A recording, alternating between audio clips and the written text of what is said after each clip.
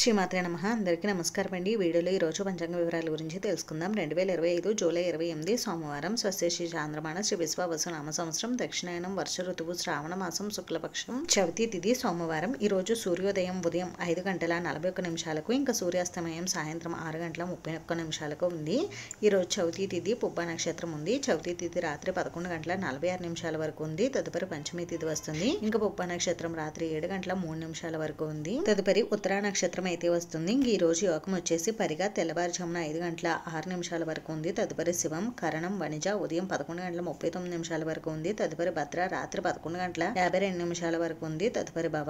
ఈ రోజు మన శుభ సమయాల గురించి తెలుసుకుందాం. బ్రహ్మ ముహూర్తం తెల్లవారుజామున 4:22 నుండి 5:10 వరకు ఉంది. అమృత కాలం మధ్యాహ్నం 12:23 నుండి 2:03 వరకు. అభిజిత్ ముహూర్తం ఉదయం 11:57 నుండి 12:45 వరకు ఉంది. ఈ రోజు శుభ సమయం వచ్చేసి ఉదయం 6 గంటల నుండి 7 గంటల వరకు అయితే ఉంది.